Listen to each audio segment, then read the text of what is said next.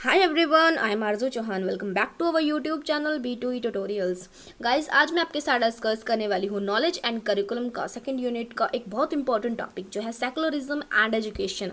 तो guys, important topic है and बहुत बार एग्जाम में पूछा जाता है, तो चलिए डिस्कस करते हैं कि सेकुलरिज्म क्या होता है और एजुकेशन से किस तरह से रिलेटेड है। सो सेकुलरिज्म को हम हिंदी में बोलते हैं धर्मनिरपेक्ष। ठीक है, तो हम क्या बोलते हैं? हम बोलते हैं धर्मनिरपेक्ष। तो धर्मनिरपेक्ष का बेसिकली मीनिंग होता है कि जब भी कोई पर्सन, ठीक है, क्या होता है कि जब भी कोई पर्सन किसी भी एक पर्टिकुलर धर्म, चाहे वो हिंदू हो, मुस्लिम हो, सिख हो या ईसाई हो, ये जो भी धर्म है, किसी भी एक पर्टिकुलर धर्म का समर्थन नहीं करता है, सभी धर्मों को एक समान समझता है, ठीक है, और सभी धर्मों का सम्मान करता है, तो उसको हम सेकुलर कहते हैं। ठीक है, तो आपको पता है कि हमारा जो इंडिया है वो एक सेकुलर कंट्री है, क्योंकि हमारे इंडिया में हर एक धर्म का सम्मान किया जाता है। कोई भी धर्म हो, हर धर्म को एक माना जाता है। ठीक है, तो आगे बात करते हैं कि ever since India got independence, जब से हमारा देश आज़ाद हुआ था 1947 में, आपको पता है हमारा देश आज़ाद हुआ था, तो तब से जो वर्ड है सेकुलर, धर्मनिरपेक्ष, ये बहुत ज़्यादा क्या है, ट्रेंड में था और बहुत ज़्यादा इसे यूज़ किया जाता था। जितने भी हमारे नेशनल लीडर्स थे, आपको पता है जितने भी हमारे नेशनल लीडर्स हुआ करते थे उस समय जब हमारा देश गुलाम था, उस समय सेकुलर वर्ड को बहुत ज़्यादा यूज़ किया जाता था। ठीक है, तो सभी कहते थे that India is a secular country, हमारा जो देश है इंडिया वो एक सेकुलर कंट्री, एक धर्मनिरपेक्ष देश है। In every political and educational, चाहे वो राजनीति हो या शिक्षा का क्षेत्र हो, हर जगह हमने सेकुलर को प्रोपोगेट किया है। सबको सेकुलर क्या होता है, सेकुलरिज्म क्या होता है, इसके बारे में बताया, हर जगह इसका प्रचार किया है। Now let us now acquainted ourselves with the word secular. Secular का क्या मतलब होता है, इससे हम जरा थोड़ा परिचित होते हैं।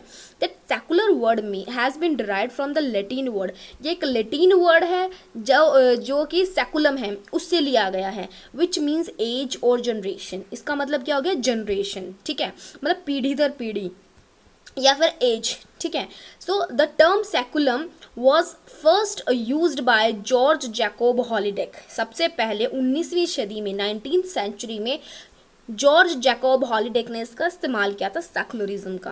ही use this word in the context of social and ethical value. उन्होंने सामाजिक और हमारे जो सोशल एंड एथिकल वैल्यूज़ हैं उसके कॉन्टेक्स्ट में सेकुलरिज्म का, इसका वर्ड का इस्तेमाल किया था।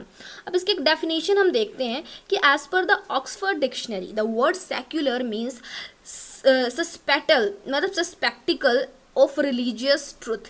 सस्पेक्टिकल का क्या मतलब होता है कि जब हम किसी चीज़ पर क्या करते हैं, अविश्वास करते हैं। ठीक है, अविश्वास करते हैं, संदेह करते हैं। किस पर संदेह करना? किसी भी रिलीजियस ट्रुथ पर। कोई भी एक रिलीजियस है, ठीक है, कोई भी एक धर्म है, उसके ट्रुथ पर, उसके सत्य पर जब हम विश्वास नहीं करते हैं, अपोज्ड करते हैं रिलीजियस एजुकेशन को। ठीक है, हम क्या करते हैं, जो रिलीजियस एजुकेशन, जो धर्म की शिक्षा दी जाती है, उसको हम नकारते हैं, उसको अपोज करते हैं। ठीक है, इट डज नॉट मीन इररिलीजियस। जब हम किसी एक धर्म को नहीं स्वीकारते हैं या फिर किसी धर्म की शिक्षा को मानते नहीं हैं, तो इसका मतलब ये नहीं है कि हम सभी धर्मों को नहीं मानते, हम इररिलीजियस हैं, हम बिल्कुल, हमें धर्म से कोई लेना देना नहीं है, हम ऐसा भी नहीं है, या फिर हम एंटी रिलीजन है, ऐसा भी नहीं है, या फिर इररिलीजियसनेस है हमारे अंदर, ऐसा भी नहीं होता है। इन फैक्ट सेकुलरिज्म का मतलब होता है, सेकुलरिज्म शो करता है एक अवर ब्रॉड माइंडेडनेस, एक बहुत खुली विचारधारा। हमारा दिमाग जो है वो किसी एक चीज़ के ऊपर अटक कर नहीं रह गया। एक धर्म, ये हिंदू धर्म है, हिंदू धर्म को ही हम मानेंगे, उसी को फॉलो करेंगे, ऐसा नहीं है। हम सभी धर्मों से जो भी अच्छाई है उसको लेंगे और बुराई को हम दूर करेंगे। ठीक है, बुराई को बिल्कुल भी नहीं ग्रहण करेंगे। तो सेकुलरिज्म क्या करता है कि किसी भी एक रिलीजियस को, किसी भी एक धर्म को नहीं मानता है, उसको अपोज करता है, और ये शो करता है कि हमें ब्रॉड माइंडेड होना है। हमें किसी एक चीज़ के, कि एक धर्म में किसी चीज़ को कह दिया गया है तो उसी को ही मान लिया, ऐसा नहीं है। अपना दिमाग चलाना है, अपनी सोच को ब्रॉड करना है। ठीक है, तो इसमें सेकुलरिज्म, इसका जो है मेन मोटिव होता है सेकुलरिज्म का। अकॉर्डिंग टू हॉलिडेक, ठीक है, जिन्होंने 19th सेंचुरी में सबसे पहले सेकुलरिज्म का मीनिंग डिफाइन किया था, तो उन्होंने क्या कहा है? उन्होंने कहा है द कंसेप्ट ऑफ सोशलिज्म, जो कंसेप्ट है सोशलिज्म का, हमारे समाजीकरण का जो कंसेप्ट है, वो डिफाइन करता है एक सिस्टम। ठीक है, may be defined as a system जिसमें क्या है, which seeks the development of physical, moral and intellectual nature of man ठीक है, जो एक आदमी है, जो एक इंसान है, उसका फिजिकल, शारीरिक, उसका मोरल, नैतिक, उसका इंटेलेक्चुअल, मानसिक, हर तरीके का विकास करना, ठीक है। Nature of the man to the highest possible point as the immediate duty of life which inculcate the practical sufficiency of natural morality apart from कि कोई भी एक पर्सन है तो उसका जो डेवलपमेंट होगा, किसी भी एक बच्चे का या किसी भी एक इंसान का डेवलपमेंट जब भी होगा, वो फिजिकली, मॉरल, इंटेलेक्चुअल हर तरीके से होगा और हाईएस्ट पॉसिबल एक्सटेंट तक होगा। वो प्रैक्टिकली होगा, नेचुरल होगा, ना कि किसी भी आस्तिक, ठीक है। अथिज्म मतलब क्या होता है? आस्तिक, नास्तिक या फिर बाइबल, किसी भी एक धर्म के अनुसार नहीं होगा कि वो आस्तिक है, नास्तिक है, किसी धर्म को मानता है, भगवान में विश्वास रखता है या नहीं रखता है, इससे नहीं होगा। इन सबसे ऊपर जा करके एक बच्चे का विकास होगा, ठीक है। Bible which select as method of procedure promotion of human improvement by material means, कि हम मटीरियल मीन्स को, एक जो भौतिक चीज़ें हैं उनको नहीं लेके चलेंगे, हम नेचुरली जो ह्यूमन का डेवलपमेंट होना चाहिए उस तरह से डेवलपमेंट करेंगे। किसी एक धर्म के रास्ते पर चल करके कि एक धर्म में ये चीज़ कह दी गई, कि हिंदू धर्म में एक चीज़ कह दी गई है तो हम बस वही करते चलेंगे, भेड़ चाल चलते रहेंगे, या फिर मुस्लिम धर्म में जो चीज़ कह दी गई है उसी अनुसार चलेंगे, नहीं। एक बच्चे का एक नेचुरल डेवलपमेंट होगा, हर एक चीज़ को उसको सोच समझ के हम बताएंगे, फिर वो चूज़ करेगा कि उसको बेस्ट क्या चीज़ सेलेक्ट करनी है, खुद को किस तरह से आगे लेके जाना है जीवन में, ठीक है। तो महात्मा गांधी कहते हैं, Mahatma Gandhi put forth his view that the soul of religion is one, जो जितने भी धर्म होते हैं उनकी सोल, उनकी आत्मा तो एक ही होती है। हर धर्म इंसान को अच्छाई के रास्ते पे ले जाने के लिए ही होता है, ठीक है। चाहे कोई भी धर्म हो, हर धर्म चाहता है कि जो हमारे जो समर्थक है, हमारे प्रचारक है, वो सही रास्ते पर जाएं, ठीक है। सबका आत्मा तो सबकी एक है, but it encased in a multitude form, but ये क्या है, ये एक भीड़, मतलब भीड़ में क्या है, खुद एक जैसे हैं, ठीक है। ये वैसे तो इनकी आत्मा तो एक है, बट ये अलग अलग दिखाई देते हैं, ठीक है, अलग अलग अपने आप को अलग अलग करते हैं, बट ये रियलिटी में एक ही है, ठीक है। सो वाइज मैन विल इग्नोर आउटक्रस्ट, जो समझदार इंसान है वो क्या करता है, इग्नोर करता है आउटक्रस्ट को, बाहरी जो परत है, लोगों का जो बाहरी दिखावा है उसको इग्नोर करता है, and see the same soul living under a variety of crust, की अलग अलग लोग हैं, अलग अलग धर्म है, सब है तो एक इंसान है, तो मानवता है, तो मनुष्य ना, सब में एक ही फीलिंग है, एक ही आत्मा है। तो बाहरी दिखावे को छोड़कर इनर जो सोल है, हमारी आत्मा है, उसको देखता है एक समझदार इंसान, ठीक है। वो किसी एक धर्म को लेकर के कि ये इस धर्म का है, मुझे इस इंसान की मदद नहीं करनी है, ऐसा नहीं करता। वो हर इंसान को मनुष्य समझता है और मनुष्यता के लिए, मानवता के लिए दूसरों की मदद करता है, ठीक है। Then in 1928 he said, Mahatma Gandhi ने कहा है, after long study and experiences, मैंने बहुत सी स्टडी की, हर जगह गया, मैंने हर लोगों को, हर तरीके के लोगों को देखा, एक्सपीरियंस किया, and I have come to the conclusion, फिर मैं एक कंक्लूजन पे पहुंचा, और वो कंक्लूजन क्या था, महात्मा गांधी जी कहते हैं कि ऑल रिलीजियंस आर ट्रू, जितने भी धर्म हैं सभी सत्य हैं, ठीक है। कोई भी चीज़ें गलत नहीं बताता, सभी सत्य हैं। All religions have some errors in them, और जितने भी धर्म हैं सब में कोई ना कोई कमी ज़रूर है, हर चीज़ अपने आप में परफेक्ट नहीं होती है, तो धर्म में कोई ना कोई कमी ज़रूर है। And all religions are almost as dear to as my own Hinduism, तो मेरे लिए सभी धर्म मेरे लिए प्रिय हैं, डियर है मेरे लिए, जैसे कि मेरा हिंदू धर्म है। My venerations for other faith is the same as to my own faith, मतलब कि मैं अब जितना अपने धर्म का उपासक हूँ, वेनरेशन का मतलब होता है उपासना करना, जितना मैं अपने धर्म का उपासक हूँ उतना ही मैं दूसरे धर्म का भी सम्मान करता हूँ, उनकी भी उपासना करता हूँ। तो इस तरह से महात्मा गांधी ने सेकुलर कंट्री का हमें बताया था कि हमारा जो इंडिया है वो सेकुलर कंट्री है, एंड सभी धर्मों का हमें सम्मान करना चाहिए, ठीक है। आई होप आपको सेकुलर का मीनिंग अच्छे से क्लियर हो गया होगा कि किसी भी एक पर्टिकुलर धर्म का हमें समर्थन नहीं करना है। अगर हम मतलब आज की जनरेशन है, हम 21st सेंचुरी में अगर हम रह रहे हैं, तो आज के टाइम में भी हमें किसी एक पर्टिकुलर धर्म का समर्थन ना करते हुए सभी धर्मों का सम्मान करना चाहिए, सभी के त्यौहार, सभी के तीज त्योहारों का, सबका सम्मान करना चाहिए, ठीक है। सभी फेस्टिवल्स बनाने चाहिए और अच्छे से सेलिब्रेट करना चाहिए, और किसी को ऊंचा या नीचा बिल्कुल भी हमें नहीं दिखाना चाहिए। हमें अपनी सोच को बहुत बहुत ज़्यादा ब्रॉड करने की ज़रूरत है, ठीक है। तो करैक्टरिस्टिक्स क्या है सेकुलरिज्म की, कि धर्मनिरपेक्षता की क्या क्या करैक्टरिस्टिक्स होनी चाहिए। तो सबसे पहले it Lay's stress on universality of spiritual value, जो हमारी आध्यात्मिक वैल्यू है या फिर इसकी यूनिवर्सैलिटी होनी चाहिए कि हर जगह यूनिवर्सैलिटी मतलब सार्वभौमिक, हर जगह हमें स्पिरिचुअल जो वैल्यूज़ हैं, जो कि ओरिजिनल में जो वैल्यूज़ होनी चाहिए इंसान के अंदर, जो भी सच्चाई है, ईमानदारी है, ठीक है, झूठ नहीं बोलना है, किसी के साथ छल कपट नहीं करना है, सबका भला करना है, भाईचारा, तो ये जो वैल्यूज़ होती है हमारी आध्यात्मिक वैल्यूज़, इसकी तरफ ध्यान देना चाहिए, ठीक है।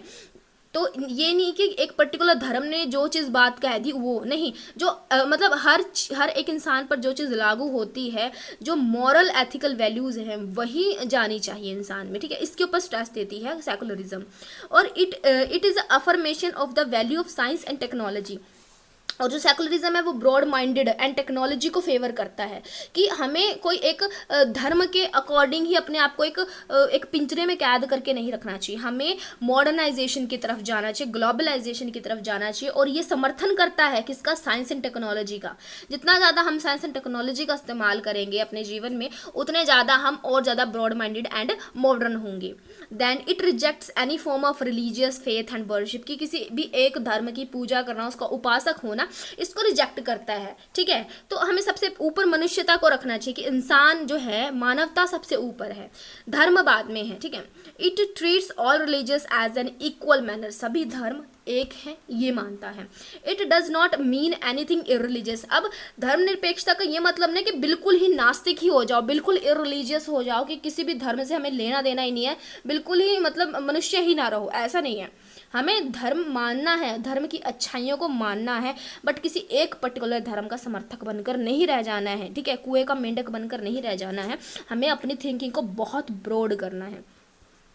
Then it allows individuals and collective freedom of religion। हमें क्या करना है, इंडिविजुअल को फ्रीडम देनी है, और एक कलेक्टिव, एक इकट्ठा होकर के हमें हर मतलब रिलीजियस के नाम पे हमें फ्रीडम देने की, इंसान जो है वो अपनी मर्जी से जो है वो करना चाहे वो कर सकता है, ठीक है। And it shows our broad mindedness, हम ब्रॉड है तो उसको दिखाना। And it consider that morality should be based on the well being of mankind, कि अगर मोरालिटी है, नैतिकता है, तो वो हर इंसान की वेल बीइंग में होनी चाहिए, कि हमें हर इंसान का समर्थन करना है, हर इंसान की रिस्पेक्ट करनी है, चाहे वो अमीर हो, चाहे वो झुग्गी झोपड़ी में रहने वाला इंसान हो, या फिर बहुत बड़े बड़े बंगले में रहने वाला इंसान हो, हर एक इंसान इक्वल है, ठीक है। सबसे ऊपर हमें मैनकाइंड की वेलबींग को रखना है। ऑलराइट, तो ये थी करैक्टरिस्टिक्स, ठीक है। अब बात करते हैं कि जब हमारा देश आज़ाद हुआ था तो तभी से क्या है, हम सेकुलरिज्म को अडॉप्ट कर रहे थे। तो सेकुलरिज्म को प्रॉपर प्रोपोगेट करने के लिए, फैलाने के लिए जितने भी एजुकेशन कमीशंस वगैरह बनाए गए थे, ठीक है, तो उन्होंने क्या क्या बात कही थी। तो सबसे पहले बात करते हैं यूनिवर्सिटी एजुकेशन कमीशन, जो कि 1948 में आया था। तो उसने क्या कहा था, यूनिवर्सिटी एजुकेशन कमीशन ने सेकुलरिज्म के लिए क्या किया, कि अगर हमें मतलब बच्चों के अंदर अच्छा एक मोरल वैल्यूज़, एथिकल वैल्यूज़ हमें बच्चे स्पिरिचुअल वैल्यू बच्चे के अंदर डेवलप करनी है, तो हमें क्या करना चाहिए, ठीक है। तो तभी से 1948 से ही ये सब चीज़ें स्टार्ट हो गई थी। तो सबसे पहले क्या किया गया कि that all educational institution start work with a few minute of silent meditation, कि जितने भी एजुकेशनल इंस्टीट्यूशन हैं, आप भी स्कूल में कॉलेज में पढ़ते हैं, तो आपके स्कूल में सुबह सुबह क्या होता है, सभी बच्चे ग्राउंड में इकट्ठे होते हैं एंड प्रेयर होती है सुबह सुबह, है ना। तो सब बच्चे लाइन में इकट्ठे होते हैं, ठीक है, गॉड की जो भी हम मानते हैं, ठीक है, हमारी जो सरस्वती माँ हैं उनकी हम क्या करते हैं, प्रेयर करते हैं, ठीक है, कि हमें विद्या का दान दो। तो फ्यू मिनट्स की, तो कुछ मिनट्स की क्या है वहाँ पे साइलेंट मेडिटेशन, हम क्या कहते हैं, एकदम ध्यान में भी एकदम सब बच्चे चुप हो जाते हैं एंड अपने हाथ जोड़ करके भगवान के सामने जिस भी हम यूनिवर्सल, जिस भी हम शक्ति को मानते हैं, उसके सामने हम अपने आप को समर्पित करते हैं एंड फ्यू मिनट्स के लिए मेडिटेशन करते हैं, ताकि हम सब कुछ भूल जाएं, जो भी हमारे दिमाग में फालतू की चीज़ें चल रही हैं वो सब भूल जाएं और एकदम से अपना ध्यान लगाएं, ठीक है। तो साइलेंट मेडिटेशन करना ये वहीं से सीखा है, 1948 से ही ये चीज़ मतलब स्टार्ट हो गई थी, प्रेयर का जो सिस्टम है। तो सबसे पहले क्या किया गया, फ्यू मिनट्स की साइलेंट मेडिटेशन करवाई गई। एंड जो फर्स्ट ईयर्स होते हैं, जो बच्चे के शुरुआती ईयर्स होते हैं पढ़ाई के, तो बच्चों को क्या सिखाया जाता है, बहुत जितने भी हमारे रिलीजियस लीडर्स हुए हैं, जैसे कि गौतम बुद्ध हैं, ठीक है। आपको पता है गौतम बुद्ध के बारे में, तो गौतम बुद्ध है, सॉक्रेट है, जीसस क्राइस्ट है, ठीक है, रामानुजम मोहम्मद हैं, कबीर हैं, गुरु नानक देव हैं, गांधी जी हैं, इन सब के बारे में बच्चों को बताना चाहिए, ठीक है। इन सब के बारे में, इनके अच्छाइयों के बारे में, इन्होंने हमारे देश के लिए क्या क्या किया है, इनकी जो भी रचनाएं हैं, इन सब से बच्चों को रूबरू करवाना चाहिए, ठीक है। तो बच्चों की शुरुआती ईयर्स में जो भी कोर्स बच्चे पढ़ रहे हैं, तो उसमें बच्चों को इन सभी रिलीजियस लीडर्स जो हैं उनके बारे में, उनकी कही हुई बातों के बारे में बच्चों को बताना चाहिए, ठीक है। फिर जो बच्चे के बाद में जो बच्चे के सेकेंड ईयर्स होते हैं, तो उसमें क्या करना चाहिए, selection of universal characters from the scriptures of the world be studied, कि जो भी दुनिया में जितने भी हमारे स्क्रिप्चर्स हैं, ठीक है, भगवत गीता है, कुरान है, बाइबल है, मतलब जितने भी हमारे स्क्रिप्चर्स हैं, जितने भी हमारे ग्रंथ हैं, उन सब के करेक्टर्स के बारे में बच्चों को बताना चाहिए, ठीक है।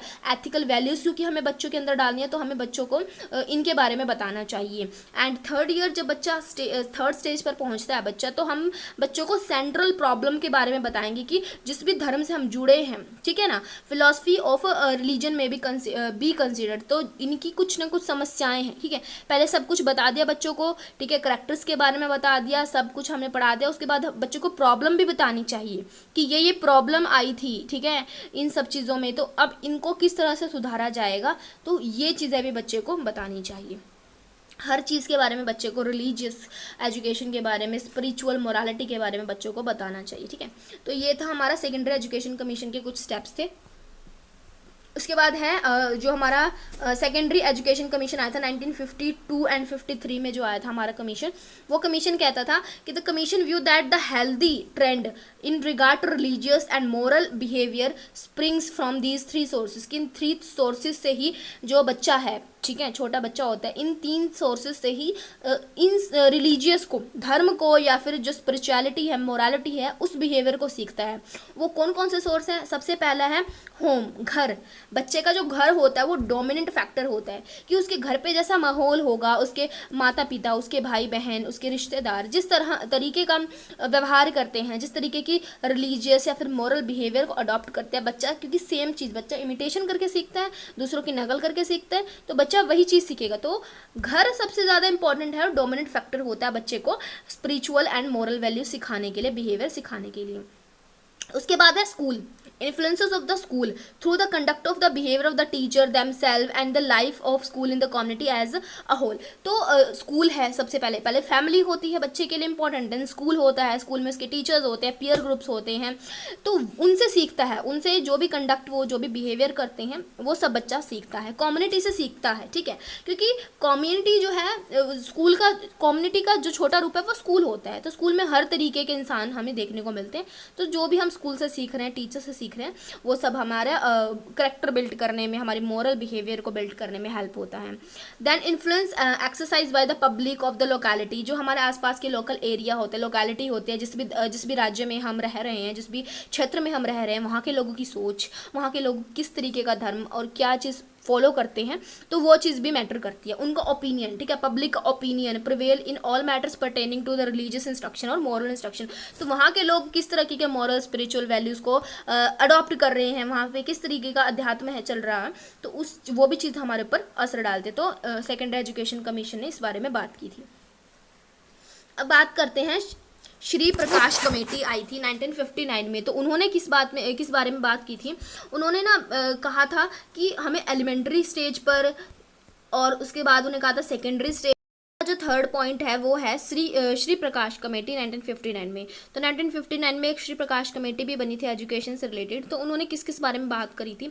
तो सबसे पहले उन्होंने एलिमेंट्री स्टेज की बात की थी। उन्होंने कहा था जब बच्चा एलिमेंट्री स्टेज में है, ठीक है, चाइल्डहुड की अवस्था में है बच्चा, स्कूल में है, तो बच्चे को किस तरीके से हमें जो है स्पिरिचुअल और जो मॉरल एजुकेशन है वो देनी चाहिए। तो सबसे पहले उन्होंने कहा था कि जो स्कूल असेंबली होती है, तो the school assembly should be held for a few minutes in the morning for the group singing. ये ग्रुप सिंगिंग होती है, जब गीत गायन होता है, आपको पता है आप सभी के स्कूल्स में या फिर कॉलेजेस में क्या होता है, प्रेयर होती है, ठीक है, सरस्वती माँ की वंदना होती है, तो वो होनी चाहिए, फ्यू मिनट्स की प्रेयर होनी चाहिए, ठीक है। तो ये चीज़ आज तक लागू है और आगे भी चलती रहेगी। And simple and interesting stories about lives of teachings of prophets, sons and religious leaders should be included in the syllabus for the language teaching, कि अगर आपको कोई लैंग्वेज सब्जेक्ट जैसे हिंदी है, इंग्लिश है, जो भी लैंग्वेज का सब्जेक्ट होता है, संस्कृत है, तो उसमें क्या है कि बहुत से संत महात्मा जो भी रहे हैं, हमारे साधु हैं, जितने भी रिलीजियस लीडर्स हैं, तो उनके बारे में उनकी सिंपल एंड इंटरेस्टिंग स्टोरीज हमारे करिकुलम में होनी चाहिए, ताकि बच्चों को पता चले कि वो कैसे व्यवहार करते थे, उनके क्या सोच थी। तो उसी, क्योंकि आप भी आपने भी सब चीज़ें सीखी होंगी, कि आपको भी बहुत सारी चीज़ों का पता होगा कि इन्होंने, भगवान श्री कृष्ण ने क्या कहा है, कबीर दास जी ने क्या कहा है, तुलसीदास जी ने क्या कहा है, जितने भी महान महान हमारे संत रहे हैं, तो उन्होंने क्या कहा है, क्योंकि हम उन्हीं के जो दोहे हैं, उन्हीं की बातों को फॉलो करते हैं, ठीक है ना। अपने जीवन में हमेशा हम उन्हीं चीज़ों को याद करते हैं, तो बच्चों को ये चीज़ें सिखानी चाहिए। तो ये 1959 से ही, जब हमारा देश आज़ाद हुआ था, तभी से ही ये सभी चीज़ें हैं, बच्चों को सिखानी स्टार्ट कर दी थी, ठीक है।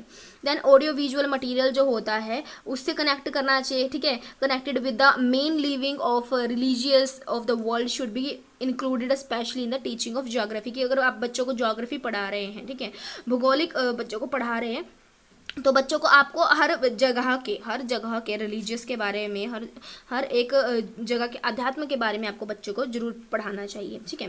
देन फोर्थ है कि physical education and all form of play in the school should be contributed to the building of the character and inclusion of the spirit of true sportsmanship, कि बच्चे को है स्कूल में फिजिकल एजुकेशन की शिक्षा देनी चाहिए, ठीक है, ताकि बच्चे का शारीरिक विकास हो, और बच्चे के अंदर क्या है कि ट्रू स्पोर्ट्समैनशिप जो है उसकी क्वालिटी डेवलप हो, कि अगर बच्चा जीतता है या हारता है, तो अगर हार जाए तो बच्चे को दुख नहीं होना चाहिए कि मैं हार गया, ठीक है। अगर बच्चा कभी जीतता है तो वो कभी हार भी सकता है, तो बच्चे के अंदर एक स्पोर्ट्समैनशिप की स्पिरिट जो है ना, हार जीत कोई मैटर नहीं करती, एक अच्छा इंसान होना, अच्छी वैल्यूज होना मैटर करता है। तो बच्चे को हमें ऐसे सिखाना चाहिए, ताकि बच्चे का करेक्टर बिल्ड हो, बच्चे का अच्छा चरित्र बने, कि वो दूसरों को नीचा दिखा के खुद कभी भी ऊपर ना उठना चाहे।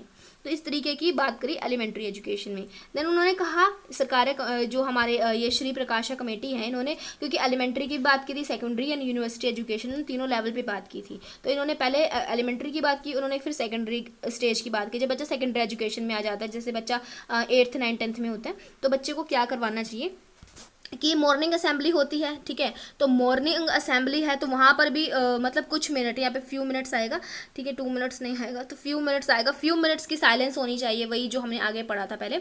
तो फ्यू मिनट्स की साइलेंस होनी चाहिए, मेडिटेशन करवाना चाहिए, एंड रीडिंग ऑफ स्क्रिप्चर्स, जो भी हमारे स्क्रिप्चर्स हैं उनको पढ़ना चाहिए, उनके जो भी उनमें रीडिंग, उनमें जो भी बातें कही गई हैं, गीता, भगवद गीता है, कुरान है, तो उनमें जो भी बातें कही गई हैं वो बच्चों को बतानी चाहिए मॉर्निंग असेंबली में ही, ठीक है।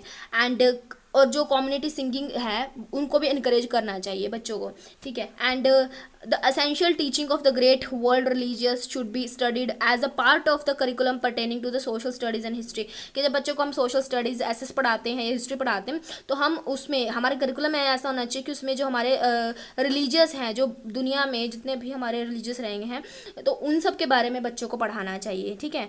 आपको पता है कि जितने भी तुलसीदास, कबीरदास, अरस्तु हैं, ठीक है, सोक्रेट्स हैं, जितने भी हैं, सबके बारे में बच्चों को पढ़ाना चाहिए कि उन्होंने क्या कहा है, उनकी क्या क्या कही हुई बातें हैं।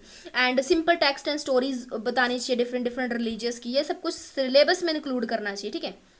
एंड 1 आवर अ वीक, 1 घंटा स्कूल में मॉरल इंस्ट्रक्शन के लिए ज़रूर असाइन करना चाहिए, ठीक है। ऐसा करिकुलम बनाना चाहिए कि 1 घंटा बच्चों को, सबको आप इकट्ठा करेंगे, बच्चों को नैतिक शिक्षा जो है वो पढ़ाएंगे, समाज में किस तरह से समाज में आपको हेल्प करनी है, लोगों की हेल्प करनी है, ठीक है। तो उस बारे में आप बच्चे को समझाएंगे। एंड सुटेबल स्पीकर में भी इन्वाइटेड, कि कई बार कुछ स्पीकर्स भी हम बाहर से बुला सकते हैं, ठीक है, जो अपनी फील्ड में बहुत ज़्यादा अच्छे हैं, जिन्होंने काफ़ी कुछ अपने फील्ड में करा है, समाज कल्याण के लिए किया है, तो हमको उनको स्पीकर्स को बुला सकते हैं बच्चों को, ताकि वो lecture they.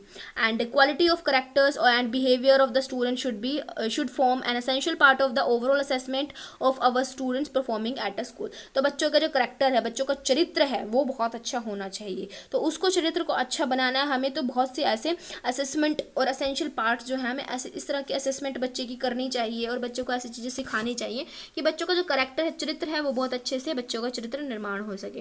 And 5th point है organised social services during holidays and outside class, कि अगर छुट्टियां चल रही हैं तो छुट्टियों में बहुत सी रैली भी निकाली जाती हैं, आपने देखा होगा कि से नो टू पॉलीथीन बैग्स, ठीक है, मतलब कि save the earth and clean water, इस तरीके की बहुत सी सोशल सर्विसेज जो है वो बच्चे को करवानी चाहिए। आसपास में अगर गंदगी है तो उसकी साफ़ सफाइयाँ करवाई जाती हैं। आपने भी अपने स्कूल्स में बहुत सी रैलीज अटेंड की होंगी।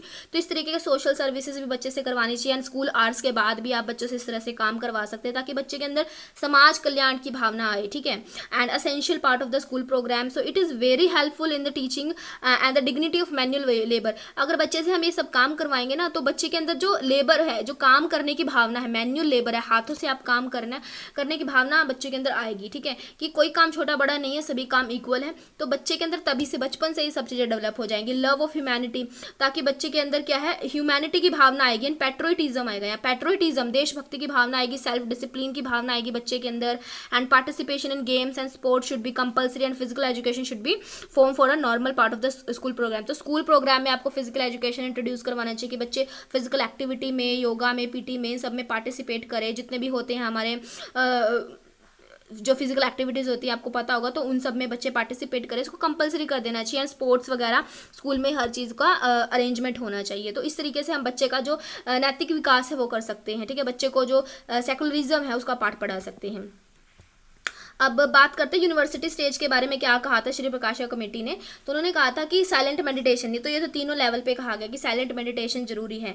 देन जनरल स्टडी बच्चे को पढ़ाई जाए रिलीजियस के बारे में, should be essential part of the general education courses of degree classes. जो डिग्री क्लासेस होती हैं, जब ये डिग्री क्लासेस की बात की गई, स्कूल लेवल तक हो गया, ठीक है। अब डिग्री जब बच्चा ग्रेजुएशन या पोस्ट ग्रेजुएशन में होता है, तो वहाँ पर भी मेडिटेशन होता है, हमारे स्कूल्स में या कॉलेजेस में भी हुआ करता था, तो वो करवाया जाए बच्चे को। जनरल स्टडीज़ में ये सब कुछ बच्चे को डिफरेंट रिलीजियस के बारे में बताया जाए।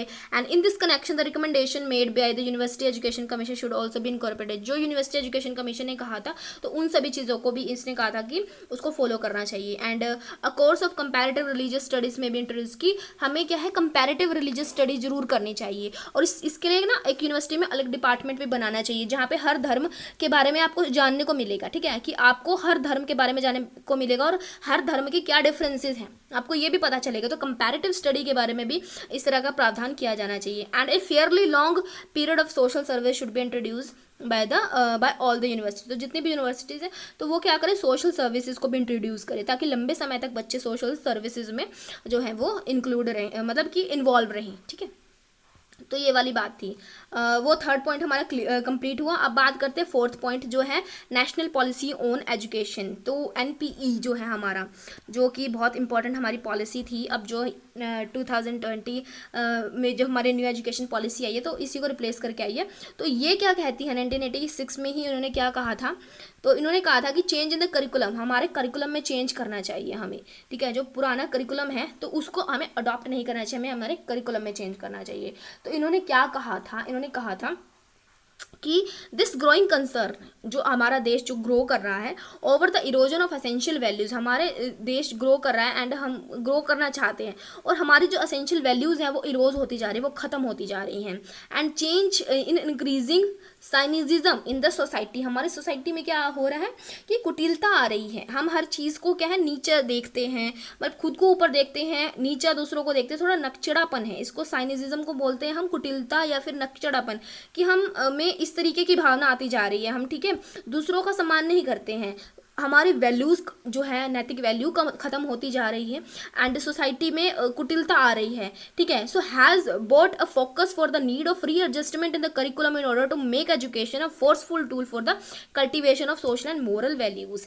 तो मीन्स इसका क्या है कि हमारे समाज में जो भी कुरीतियाँ चल रही हैं, जो भी वैल्यूज़ बिल्कुल डिक्रीज़ हो रही हैं, ज़रूरत है हमें रीएडजस्टमेंट करने की हमारे करिकुलम में, क्योंकि बच्चे ही हमारे देश के नागरिक बनते हैं, ठीक है। बच्चे ही बड़े होकर हमारे देश के नागरिक बनेंगे, जनरेशन टू जनरेशन चीज़ें चेंज होती रहती हैं। तो हमें हमारे करिकुलम में, जो हमारा करिकुलम बच्चों को जो चीज़ पढ़ा रहे हैं स्कूल लेवल पे, उसी में रीएडजस्टमेंट करने की ज़रूरत है। अगर हम बच्चे को अच्छे से चीज़ें समझाएंगे कि क्या सही है क्या गलत है, इसका पाठ पढ़ाएंगे, तभी बच्चे देश के अच्छे नागरिक बन सकते हैं। तो इसमें चेंज करना है हमें, ताकि हम फोर्स कर सके, कल्टिवेट कर सके बच्चों के अंदर अच्छी सोशल एंड मोरल वैल्यूज़, ठीक है।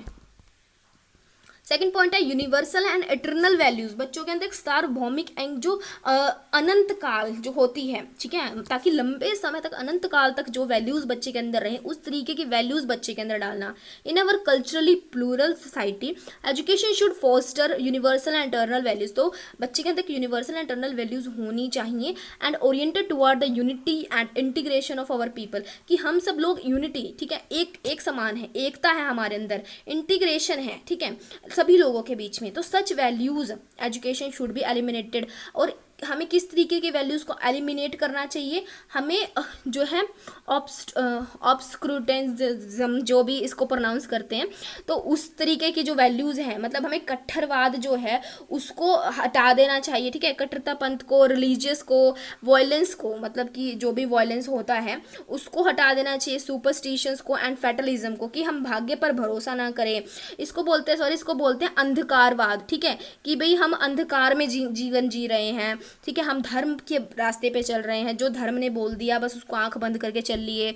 वॉयलेंस को, ठीक है, हिंसा को अपना रहे हैं, सुपरस्टिशंस को, ठीक है, अंधकार में रह रहे हैं, एंड फैटलिज्म, भाग्य पर भरोसा कर रहे हैं। तो इस तरीके के नहीं होना चाहिए। हमें इन सब चीज़ों को त्यागना चाहिए और क्या करना चाहिए, हमें बिल्कुल एकदम एटर्नल, जो अनंत काल तक जो अच्छी वैल्यूज़ हैं, जो बढ़िया एक यूनिवर्सल वैल्यूज़ है ना, सिर्फ उसी को ही अडॉप्ट करना चाहिए, ठीक है। इन क्रक्स ये वाली बात कही गई है। एंड पॉजिटिव कंटेंट होना चाहिए, हमारा जो भी हम बच्चों को पढ़ा रहे हैं वो पॉजिटिव होना चाहिए, एकदम बढ़िया होना चाहिए। Apart from combative roles, value education has a profound positive content. जो हमारी वैल्यू एजुकेशन है, बच्चों को जो हम शिक्षा दे रहे हैं, नैतिक एजुकेशन दे रहे हैं, उसमें सारा कंटेंट पॉजिटिव होना चाहिए, अच्छाई की तरफ जाना चाहिए, कुछ भी इसमें नेगेटिविटी नहीं होनी चाहिए। बेस्ड ऑन अवर हेरिटेज, जो हमारे देश का हेरिटेज है उसको, नेशनल गोल्स को and universal, it should lays primary emphasis on the aspect, ठीक है।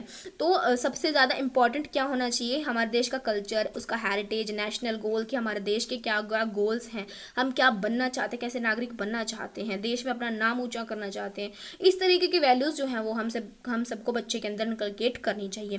तो ये हमारी जो एनपीई पॉलिसी थी 1986 उसके रिकमेंडेशंस थी, ठीक है। आई होप आपको समझ में आया होगा बहुत अच्छे से। अब बात कर लेते हैं हम कि हमें सेकुलरिज्म स्कूल्स में लाना है, तो उसको एडमिनिस्टर कैसे करेंगे, उसको कंट्रोल कौन कौन सी अथॉरिटीज़ करेंगी, तो उसके बारे में पढ़ लेते हैं।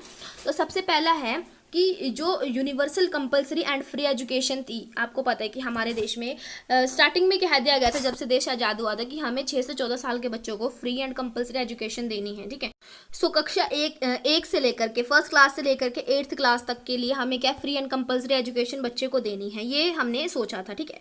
सो ये जो स्लोगन था of the government ever since India got independence, जो जब से इंडिया इंडिपेंडेंस हुआ, आज़ाद हुआ, तब से हम चीज़ करने चाहते थे, ठीक है, और ये चीज़ है अभी भी हमारी सोसाइटी में। सो many efforts have been made for the overall, ठीक है, overall achievement.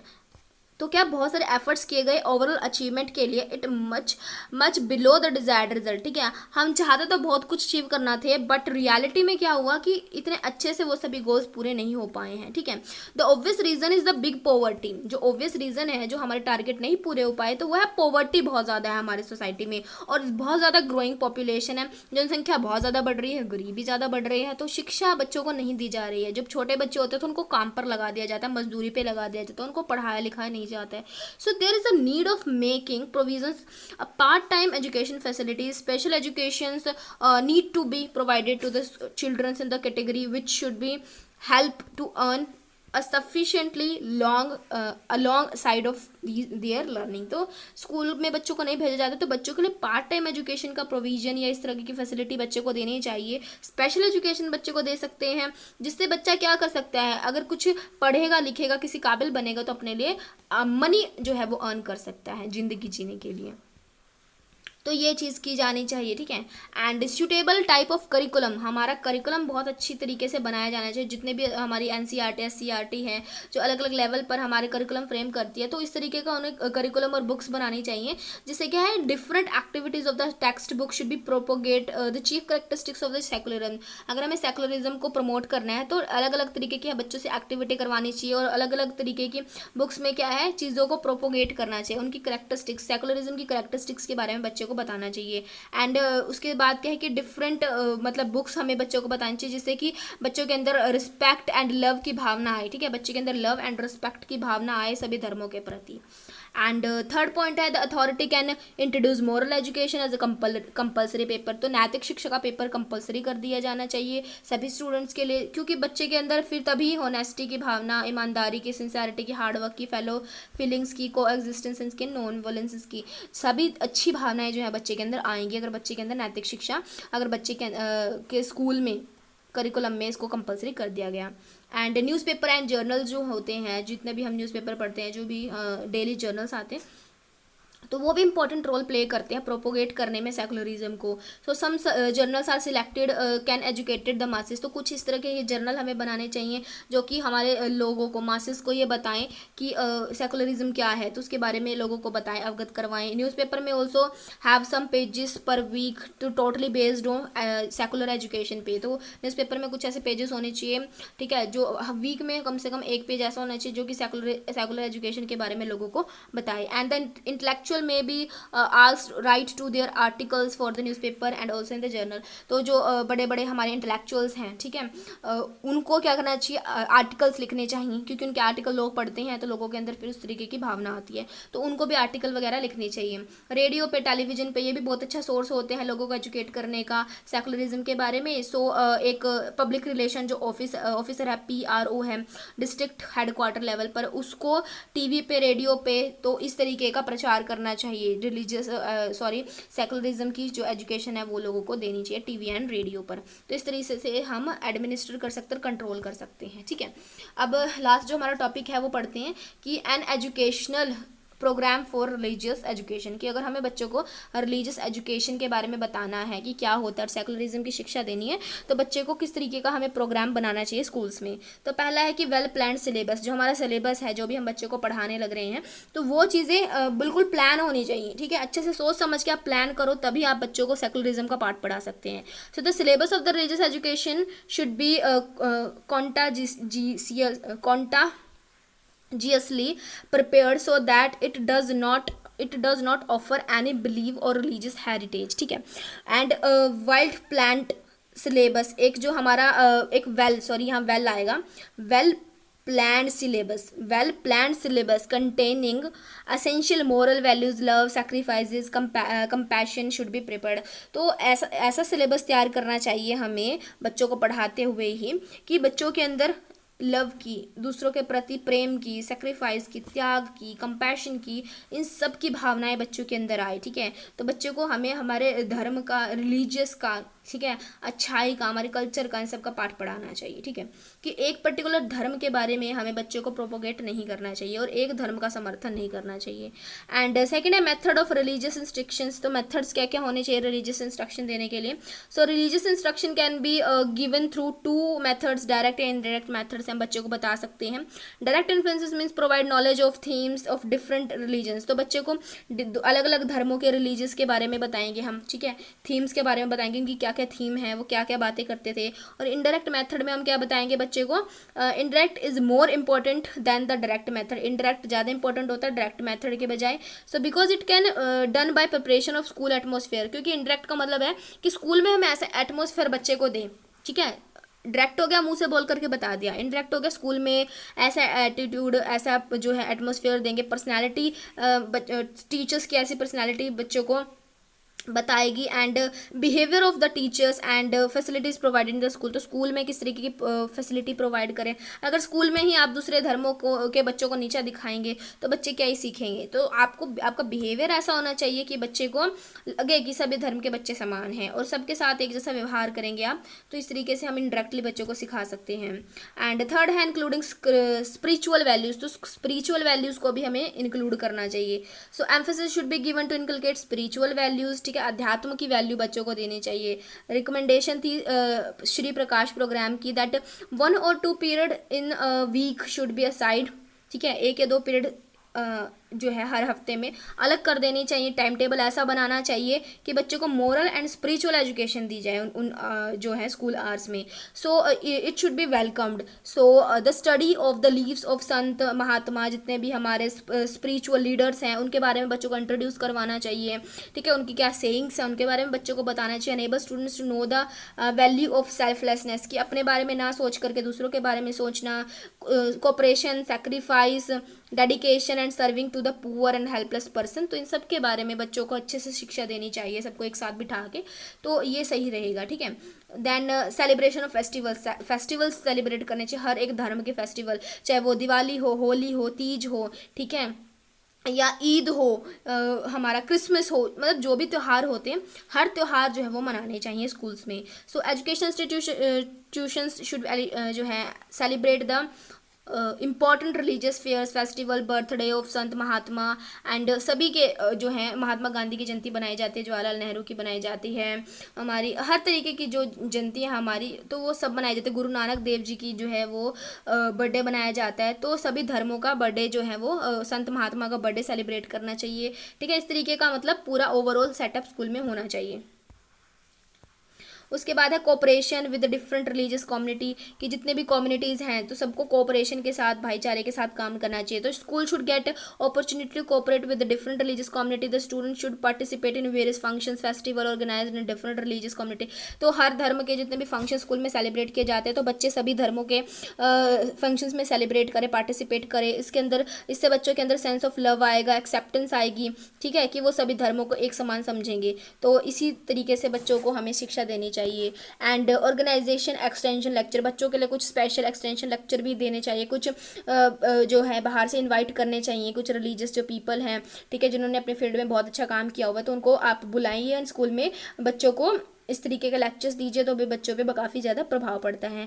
And organising tours and trips, तो बच्चों के लिए टूर एंड ट्रिप्स भी ऑर्गेनाइज कर सकते हैं हम, ठीक है, इंस्टीट्यूशन में ऑर्गेनाइज कर सकते हैं डिफरेंट रिलीजियस के लिए। एंड कंपैरेटिव स्टडी, बच्चों को पढ़ा सकते हैं। And authority of religion should also provide kind of help to the student, तो इस तरीके से बच्चों को काफ़ी ज़्यादा हेल्प होगी, ठीक है। अब एट द एंड कंक्लूजन में हम क्या कह सकते हैं कि no doubt our country is a secular, हमारी कंट्री जो है बिना किसी शक के एक सेकुलर कंट्री है। And we are expected to believe in the secularism, और हम बिलीव भी करते हैं धर्म निरपेक्षता में। For this we have to accept and respect the value of religion, तो हमें रिस्पेक्ट भी करना चाहिए, एक्सेप्ट भी करना चाहिए हर धर्म को, हर धर्म की वैल्यूज़ को। And religious education should be imparted to the schools and so the students can develop a feeling of love, respect and tolerance to all the religions. तो सभी धर्मों की शिक्षा हम बच्चों को मतलब अपने टेक्स्ट बुक के माध्यम से दे सकते हैं कि सभी धर्म एक समान है, सभी का सम्मान करना चाहिए, सबका मतलब सभी अल्टीमेटली पूजा तो एक ही ईश्वर की करते हैं ना, तो सबसे ऊपर एक परम पिता परमात्मा जो हमारा है, ठीक है, एक ही शक्ति है हमारी, तो उसकी जो है भावना बच्चे के अंदर डालनी चाहिए कि चाहे हम भगवान की, हम चाहे शिव शंभू की पूजा करें या हम अल्लाह की पूजा करें, हम जीसस क्राइस्ट की पूजा करें, जिसकी भी हम पूजा कर रहे हैं, अल्टीमेटली हम एक ऊपर वाले की, एक परम पिता परमात्मा की ही पूजा कर रहे हैं। तो इस तरीके की भावना बच्चे के अंदर आनी चाहिए, ठीक है, कि ईश्वर को हम अलग अलग रूप में पूजते हैं बट पूजते तो हम एक ही ईश्वर को है ना। सो इस तरीके के लव की फीलिंग बच्चे के अंदर, रिस्पेक्ट की फीलिंग, टॉलरेंस की फीलिंग ही आनी चाहिए। तो इस तरीके से पूरा हम सेकुलरिज्म का हमारा जो कॉन्सेप्ट है हमने क्लियर किया है। आई होप आपको समझ में आया होगा कि किस तरीके से सेकुलरिज्म का कॉन्सेप्ट हमारे एजुकेशन फील्ड में यूज़ होता है, ठीक है। तो मैंने आसान से आसान लैंग्वेज में समझाने की कोशिश की है। तो आई होप आपको समझ में आया होगा। वीडियो पसंद आए तो प्लीज़ वीडियो को लाइक कीजिएगा, कमेंट करके ज़रूर बताइए कि वीडियो कैसी लगी। मिलते हैं आपसे नेक्स्ट वीडियो में। Take care, bye bye.